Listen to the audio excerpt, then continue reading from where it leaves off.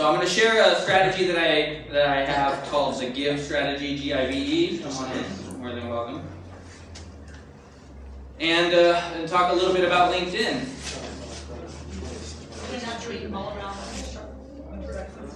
Oh, we will afterwards. I don't want to, everybody, I want that to be the freshest thing. Alright, so the first part of LinkedIn is to have a goal. So when you do LinkedIn or when you set your LinkedIn up, you want to know what the purpose of it is because everybody has a different reason for having it. Some people just have it because they say that they have to have it. But then if you're not doing anything with it, it's kind of useless. Some people have it for a job search and some people use it for business and marketing since everybody in here, majority of the people are business owners or run their own independent business. I'm going to be focusing on that side of LinkedIn. So what is your purpose? So if your purpose is marketing, then you have to go into it. It's different than if you were just trying to find a job and the way you set it up. So one of the things you'll have to do after you establish your goal is you have to generate interest in your profile, in you and what you do. So as Simon Sinek says, people don't buy what you do, they buy the why. Most people, when they talk about what they do, they talk about this is what I do, this is how I do it. You want to buy some stuff. And a lot of times, people won't really relate to that unless they know why you do it and they know you from a personal level. And so LinkedIn can be a great tool for that. So here I have an example. I use my profile. Now mine's a little different because my company, Mass Mutual, they have regulations on what you can and can't do. So some of the stuff I'm going to say, I'm not doing it, but that's because I'm not allowed to do it. One of the first things you should do is change your URL down there in the corner. So this URL down here, a lot of people just leave it. The generic usually has a bunch of numbers after it. It doesn't look very good or clean. So if you go into your edit, you can edit your account settings. You can change it with your name if your name's unique enough. And if it's like my name, then you got to add something to it or make it fancy. Like I think Ron, you could probably get away with your name on there. I don't know, too many Ron Furiamas. So, and then one of the key things you want to do to develop interest is your headline. The headline's the first thing people see. So mine's pretty generic. That doesn't really tell you anything. So a lot of people in various industries will just put generic things. But if you want to generate interest, it's a lot better if you can relate to your target market. And so if you have something where I help people do blank, I established this, and you can shorten it into like a little phrase where people can see that and catch their eye. Maybe it's a little unique. Like if everybody does, financial services professional, and they're looking through a bunch of financial services professional, and mine is something different. I help people with their retirement issues. That stands out a lot more. And at the end of the day, what you really want is you want to get people to click. You want them to either say, wow, I wonder what that's about, I want to learn more, and they click, or hey, I'm really interested in that, and they click on your link. And then when they do that, it takes them to the summary page, which I've blanked out again, mine has to be regulated. But when you're in your summary, you want to be personal. You want to be relatable, again, talking to your target market. Some people, they want to do in the third person and talk about their company, or talk about themselves and oh, William Wallace is an established. But that, it just depends on what you want to do. But if you want to connect with people, it's better to use, I did this, this is a little bit of my background, this is who I am, so that people can relate to you on a more personal level without having ever met you. So they read the headline, hopefully they click, they see your summary. You can do that. Use keywords within that as well. So as you're telling your story a little bit about your passion and why you do what you do, use some keywords. You can use Google Analytics for this. It'll tell you what people are Googling, what they're searching. And so you can search Google Analytics, find some keywords, and put them in there naturally. You don't want it to be awkward and stand out, like, oh, big fancy word in the middle of this personal story. You want to make sure it's all relatable and it fits. And include your contact info. Of course, there is a contact info section, but you don't want to make people work harder than they have to. People are inherently lazy, especially when they're just clicking around on LinkedIn. And so if you don't have it up there, their interest level is like 10 milliseconds. So they see it, they're like, oh, that's really cool. Oh, but I have to click on this link. I'm over it now, and I'm moving on to the next thing. So include your contact info, phone number, emails, websites, anything that you have of value where they can go on and look further. Another thing you can do in the summary that a lot of people don't take advantage of is you can add audio and video.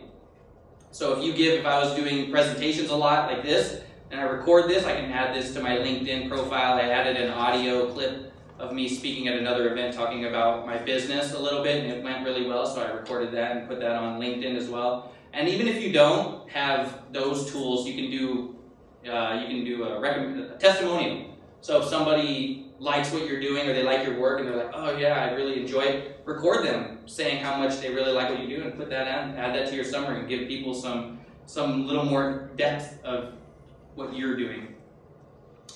The next thing you want to do is you want to have visibility. So it's good to have all that stuff, but if people aren't seeing you, then what's the use of having that? So you want to make sure you utilize your connections, both for yourself and for other people. So when you connect with people, look at their connections. If you're trying to reach a certain market, if you're trying to get into, say, the teachers, you want to meet a lot of teachers, and you know this person and they have a few teacher friends, then feel free to talk to them and connect with them and see if they'll introduce you to those people. And when they know more about you and what you do, that should be a lot easier. There are also ways, and we can get into another class later, there are also ways where you can contact that connection, a second connection, cold, and do it in a non-annoying manner. But you can also use your connections if you know, like if I talk to Ron or if I talk to Yoichi and I know Yoichi's trying to meet a certain person and I'm connected to that person, feel free to volunteer that information to people, and you'll be a lot more valuable to them if you're giving. And that's the ultimate key to succeeding in these businesses and owning your own business, is to give more than you receive. And then usually you'll get rewarded. Utilize your status updates. So the more people see you and they see your name, they can start to associate you with what it is that you do, and then when questions come up, they know who to contact. Now, one of the things I was taught, a friend of mine told me for status updates that he does, is he'll do a Monday through Thursday thing where he'll start on Monday, he'll write something broad about his industry, and he'll just post that, hey, this is a little bit about my industry. And then he'll post something on Tuesday, maybe a little more specific about what he does or how he helps somebody. And then on Wednesday, he'll do something completely off topic, something funny or uplifting to help people through the middle of the week. And then on Thursday, he might talk about something personal that he's about to do on the weekend to help him connect with people. And when you keep doing this, it'll establish you as this person knows what they're doing, they're constantly active, and so when people start having those questions, you'll be the freshest thing on their mind. Access groups. You can access up to 50 groups on LinkedIn. I wouldn't recommend doing all 50 because they email you every time something happens. But I would focus on the areas that's most important to you. If you have a certain particular area you're trying to be in there, be an expert in that group. So if people have questions, answer their questions, post things, post information. As people comment on it, feel free to contact them. And that's a perfect opportunity. If somebody comments, they're like, oh, this is really good information.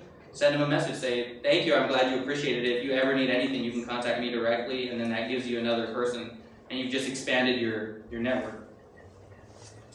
And a lot of people like to talk about their products. Of course, everybody is amped up about their products, or else you wouldn't be selling it, right? So the projects section is a great opportunity to do that. So in the project section, you can put all the products that you have and the offerings, so if people really want to dig, if they don't want to go to your website or any of that stuff, it's going to be right there on LinkedIn. And the thing with LinkedIn is you can put the groups wherever you want the sections. You can shift all the sections around. So if you want it right under the summary, so right when they read your summary, they have access to your projects, then you can do that as well.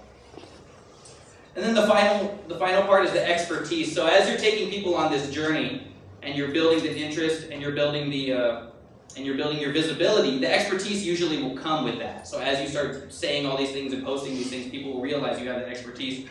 But another way you can take advantage of that is through your work experience section. Now mine, again, is a certain way, but if you have a lot of work experience that isn't related to what you're doing now, that's not really going to help you. And when people start looking through that, it might confuse people a little bit. So try to tie in some of your past experiences, no matter what it is, try to tie it into what you do now if it's not related. Even then, otherwise I would consider maybe removing that, so then when people see this, you want to build basically a past history of, I've been doing this for X amount of years, and so then that lends to your expertise. And then here was my SoundCloud. I went on SoundCloud, was one of the things I used to put my audio, so that's my audio from when I did an EE presentation about finance. So that's it right now for the basics. I'm offering myself here today at 1 after we're done here. If you want to stay and you want to learn more specifics to your situation, please feel free to stay and talk to me then. I will also be doing it next week as well at the end of that presentation. We have a guest speaker next week, so he'll be talking more about social media in depth. But if you guys have any questions on LinkedIn, feel free to contact me now or anytime during the week, and I'll be happy to help you out as best I can. Well, thank you.